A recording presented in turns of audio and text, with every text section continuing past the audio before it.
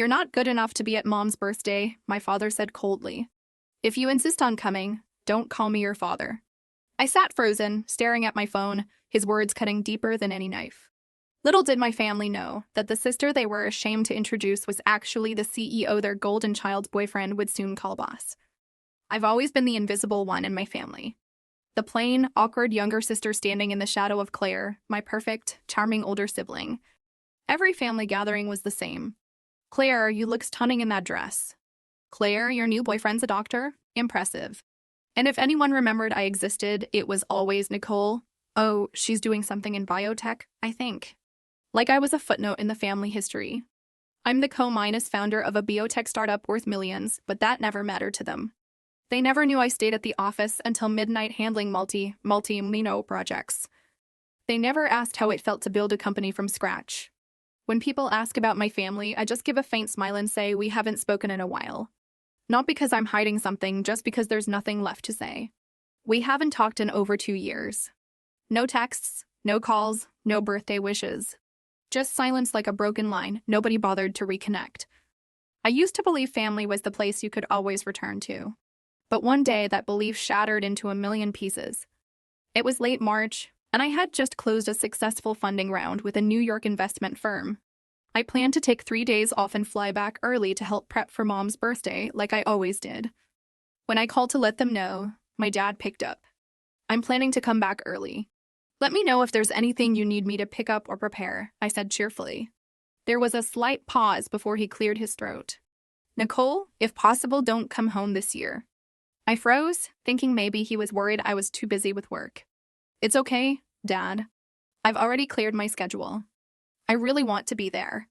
His voice hardened. "Claire is bringing her new boyfriend. He's a CFO. Well, spoken, clearly successful. Your job, well, it's hard to explain. You showing up would just invite comparisons and make things awkward." My chest tightened, a cold stink rolling down my spine. "Are you saying I make the family look bad? That I shouldn't come home because I'm an embarrassment?" I asked through clenched teeth. He didn't take it back. Instead, he doubled down. "If you insist on coming, then don't call me your father." Then he hung up.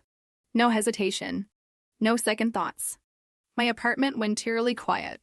The espresso cup in my hand had gone cold. I stared into empty air like the world had cracked open with a single sentence. I didn't cry. I just sat there, realizing I was no longer part of the family I had tried so hard to hold together.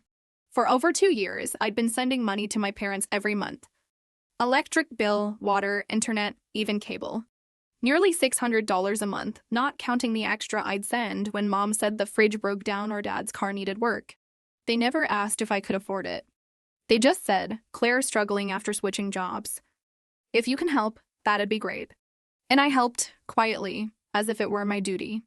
I opened my banking app and checked the transaction history. $15,720. Every cent of it paid by me, month after month, without reminders, without delays. And yet, not once had they said thank you. Not once. That night, I canceled all the automatic payments. No alarms, no warnings, just silence. Just like how I'd always existed in my family. Mom's birthday came quickly. I didn't call. I didn't send a card. At exactly 5 p.m., as I sat on my balcony sipping peppermint tea, my phone buzzed. It was my mom, "Nicole. Why is the power out? Can you check for us?"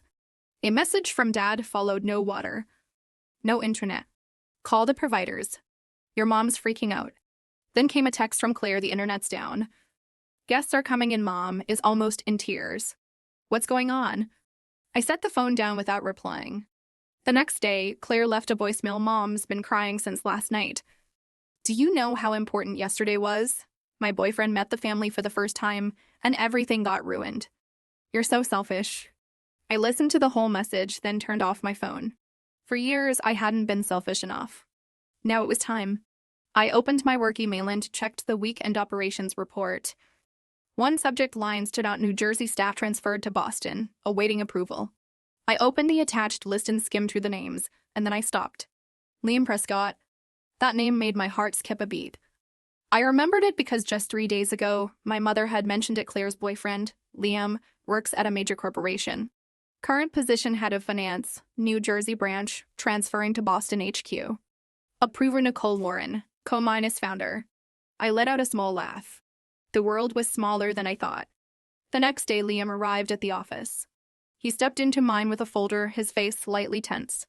When he looked up, his eyes widened in shock. "Nicole?" he asked softly. I smiled faintly, calm and composed. "Welcome to Pacific Genomics. I'll be reviewing the entire financial plan for this quarter. I look forward to working with you." Liam froze. His face flushed, then turned pale. No one in my family knew I co-founded this company. No one had ever asked what I really did. The morning of my mother's birthday, the Boston sky was unusually gray. A thick fog hung in the air, making everything look blurred. I poured myself a strong black coffee and stared at the empty yard.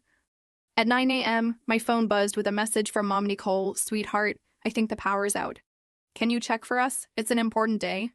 I placed the phone face down on the table. 15 minutes later, a message from Dad, "Still no power. Water's not running either. Is something wrong with the payments? Call the provider now." By 11 a.m., the messages came flooding in. "Mom, Nicole, please, I'm begging you. Guests are arriving. Can you just help this once? Dad, no electricity. We can't cook. Where are you? Take care of this now. Claire, seriously, Nicole. Today is special. Mom's about to cry. There's no internet. I can't call anyone. I'm losing it here. Can you stop being selfish?" Then the phone buzzed again. A video call from Aunt Sharon, the only person in the family who still sent holiday messages. I hesitated, then answered. Her old kitchen came into view, lit only by a phone flashlight. "Nicole," she said softly, "your mom's in a panic. The house is dark. Everyone's running around. And no one knows what to do." I took a deep breath, keeping my voice steady. "My dad said I made the family look bad. Told me if I insisted on coming, I shouldn't call him my father anymore. What do you think I should do after that?" Aunt Sharon froze. In the background, I heard my mother saying loudly, "She's probably just sulking. No one would be heartless enough to do this." Then a sharper voice from Claire, "Liam's almost here. Someone called the power company already.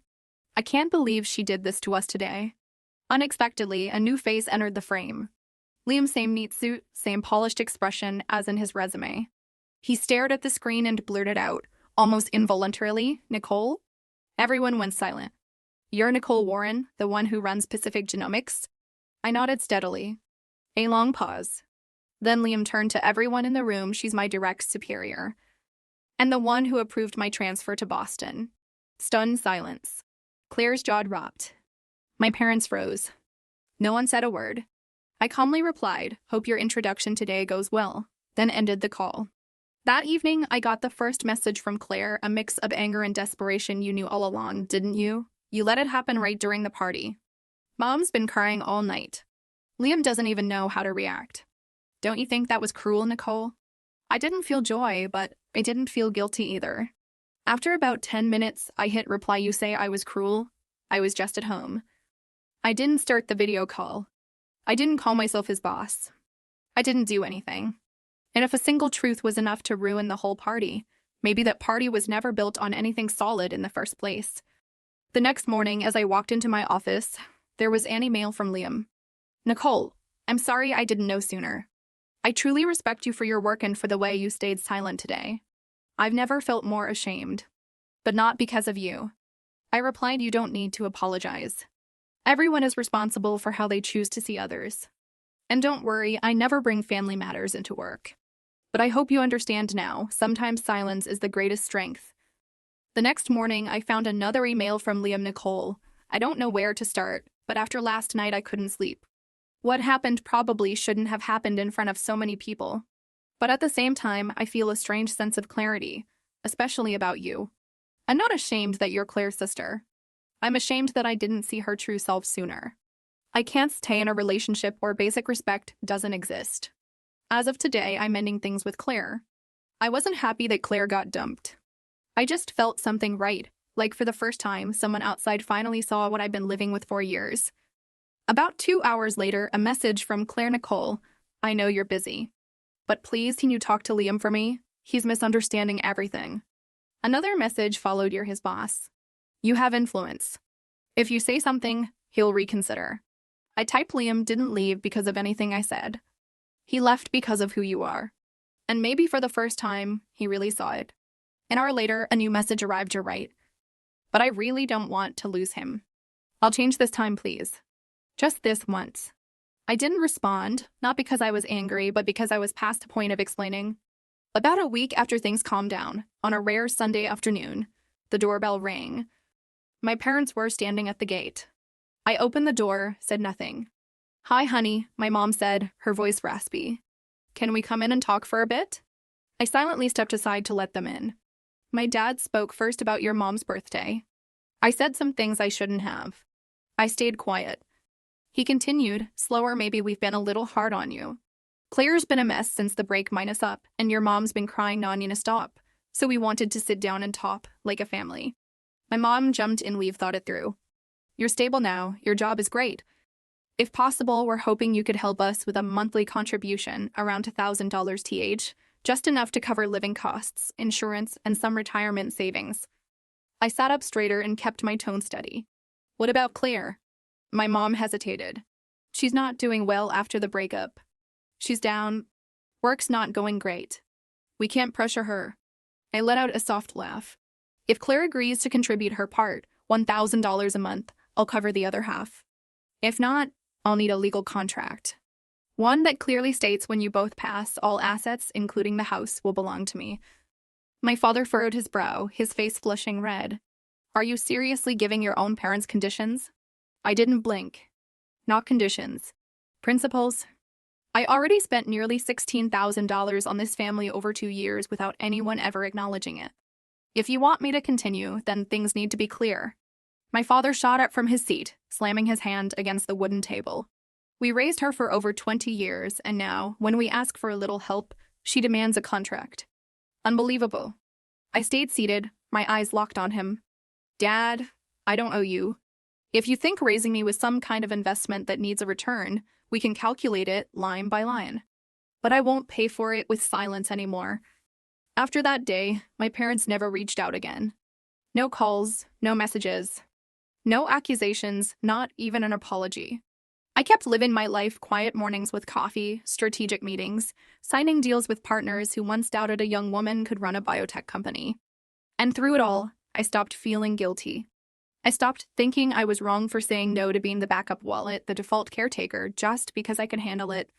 Because eventually you have to understand love can't be measured in monthly payments, and it can't be forced through a sense of duty. If affection only exists as long as the bills are paid, then it's not family. It's a transaction. One day during a team meeting, Liam, now officially our company's head of finance, walked in with an investment report.